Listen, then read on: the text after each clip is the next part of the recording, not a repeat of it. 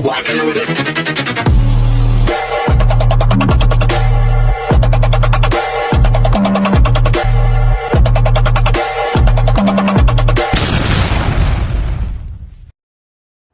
Hi everyone! Good afternoon! I'm back! It's your Mama Sam dito sa Sam TV. Kamusta naman kayo mga amigo, amiga, kumare at kumpare? Sana lahat kayo ay okay at safe ngayong araw na to. At syempre, kung ako naman ang tatanungin nyo, nakita nyo naman ang fresh overload. Charot, hindi pa tayo naliligo. So, yon. So, kahapon galing ako dun sa grand opening ng headquarters ng Miss Grand International kung saan naman grabe ang bongga. Ang bongga-bongga ng kanilang grand opening, yung opening ng headquarters nila.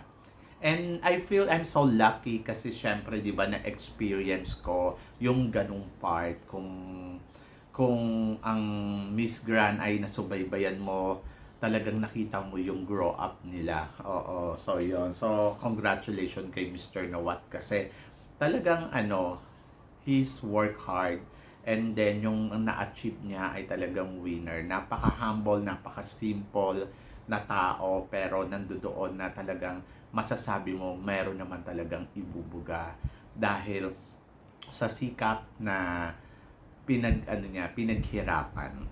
So, yon. So, tagumpay ang Mr. Nawat. Congratulations.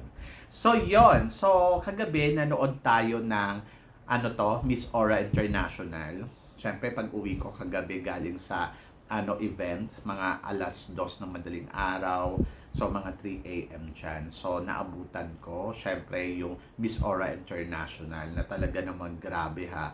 Palaban ng ating pambato. Sobrang winner ng kanyang mga eksena, yung mga galawan, yung mga talagang masasabi natin na sobrang binigay niya talaga yung lahat ng kanyang makakaya. So, akala ko nga semifinals lang siya. Pero na-surprise ako kasi nakatungtong tayo ng top 5, di ba? At first runner-up pa siya. Yon. Tapos, meron din pageant kahapon. Ayun, yung multiverse ba yon? Na tayo ang nag-title. So, yon. Nakakatuwa talaga. Iba talaga ang galing. Iba talaga ang ganda ng Pilipinas. So, yon. Pero syempre, sa pagkakuha ni Isabel De Los Santos kagabi dito sa Miss Aura International, bumalik na naman sa akin yung inis ko sa Cosmo. Kaya i-share ko sa inyo. Ito kasi yun guys, kung iisipin ninyo, bago mag-Miss Cosmo, nanalo tayo ng corona sa Face of Beauty, di ba? So, kumbaga parang grabe, winner tayo doon. Tapos bukod pa doon, nanalo pa tayo sa Miss Global. Tapos ayun nga, si Atisa manalo na yung lalaban, yung Miss Cosmo. Tapos ang pinaka nakakainis, ang pinaka nakakaloka dito, yung nag-top 10 lang si Miss Philippines. Sa totoo lang guys, medyo hindi ko na yan pinapansin eh. Pero naisip ko lang kagabi, grabe sa Miss Asia Pacific, nag-third runner-up tayo. Tapos nanalo tayo ng Mr. Global. Pagkatapos, pagdating dito sa another pageant ng Miss Globe, nag-second runner-up tayo. And then, pagdating dito sa Miss Aura International, nag-first runner-up tayo. Anong ginawa ng Miss Globe sa ating Atisa Manalo? Kung tutuusin, di ba? Etong si Blessa, wala pa naman na-experience talaga sa international pageant, pero nakita yung galing nga ng organization at ginawang third runner-up, di ba? Sa Asia Pacific. And then, pagdating naman dito sa, sa Miss Globe, grabe. Kung ikukumpara mo syempre yung beauty ni Atisa saka yung beauty ni Bungay, talagang halos aangat pa rin si Atisa manalo.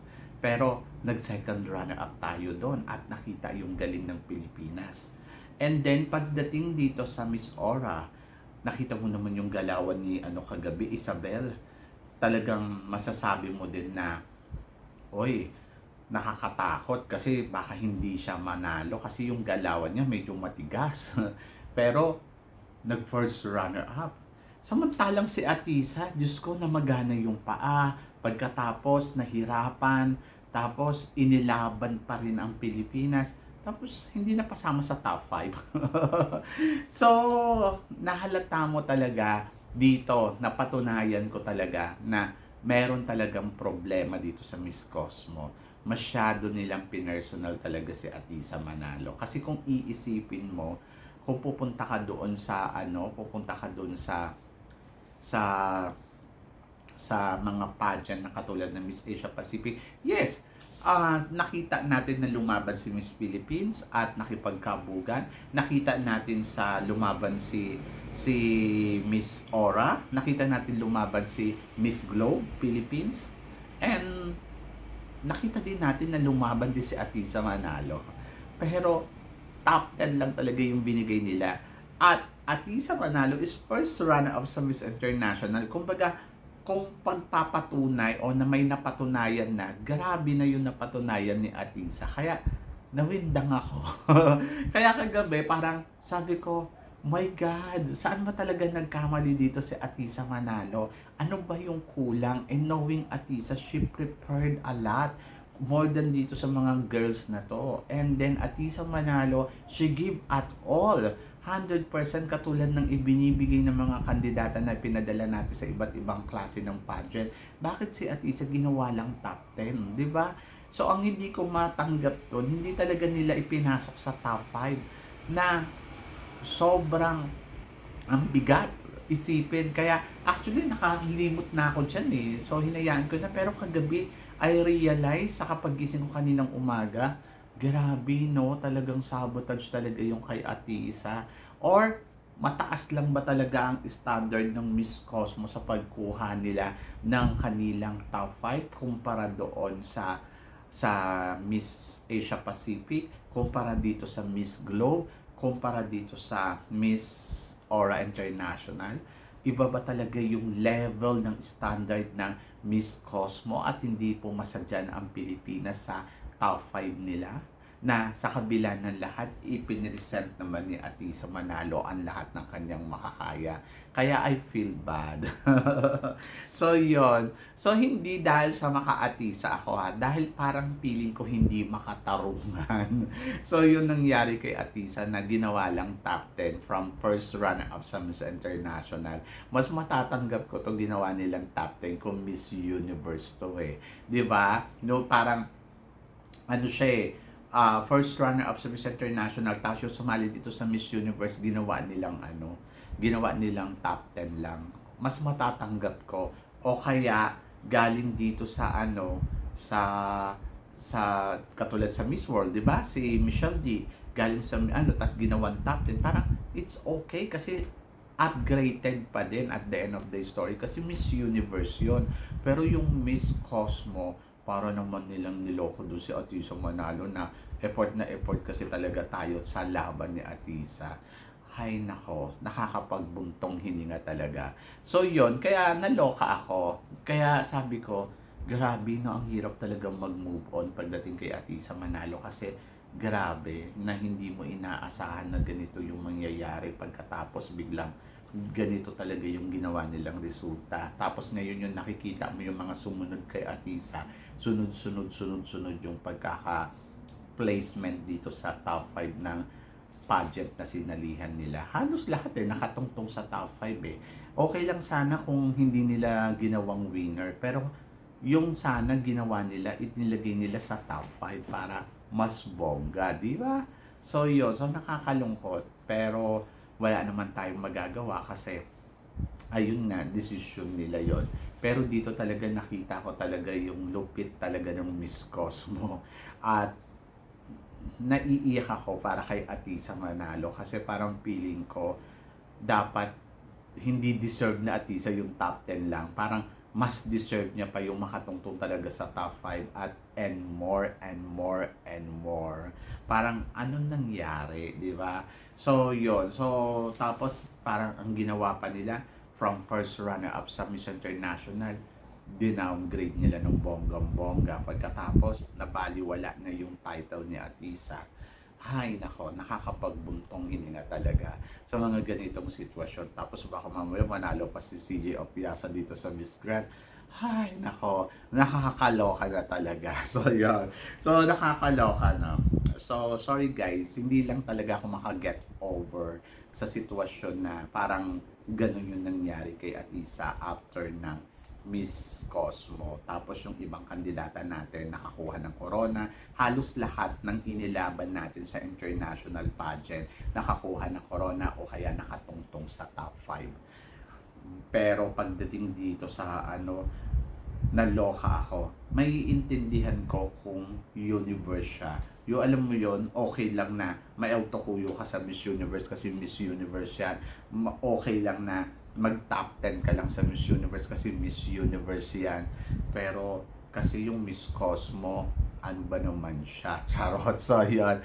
Ay nako, nakakawindang. So yun. Kaya talagang mapapaisip ka talaga eh. Mapapaisip ka ng bonggang-bongga. Tapos okay lang sana sa akin eh kung halimbawa hindi nila ginawang top 5 si Atisa.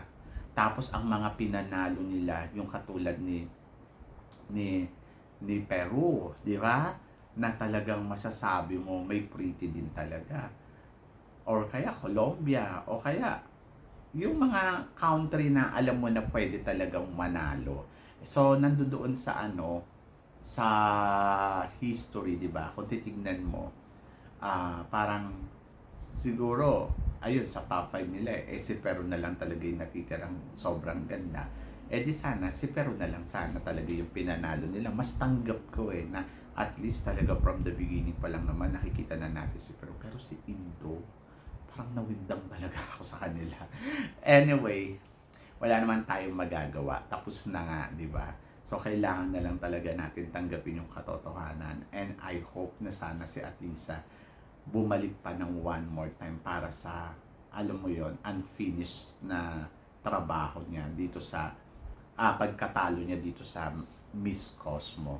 Kumbaga parang hindi ko matanggap na matatapos na yung pageant journey niya dito lang sa Miss Cosmo na alam mo yun na parang ang dating sa akin ay nabaliwala yung pagiging isang Atisa Manalo, yung beauty ng isang Atisa Manalo. Parang nauwi lang talaga sa wala because of Cosmo. So yan! Kaya naloloka ako, pasensya na kung ito yung vlogs ko today. Kasi nga, windang talaga ako dahil sa sunod-sunod na pagkakapasok natin sa top 5, pagkakuha ng runners-up, pagkatapos yung isang Atisa Manalo ay ginawa nilang nga. Diba? So, yon kayo guys. Ano guys ang masasabi ninyo dito sa pinag-uusapan natin ngayon? I-comment below mo yan para at least malaman ko naman kung ano naman ang chika mo dito sa mga pinag-uusapan natin ngayon. So, yon. So, syempre maraming salamat sa inyong lahat sa suporta at pagmamahal na binigay ninyo. Syempre, dito sa channel ko at sa mga hindi pa nakaka-subscribe dito sa Samsam TV. So, ano pang hinihintay ninyo? Subscribe na. So guys, hanggang dito na lang. Hanggang sa muli nating chikahan. See you tomorrow. Thank you guys.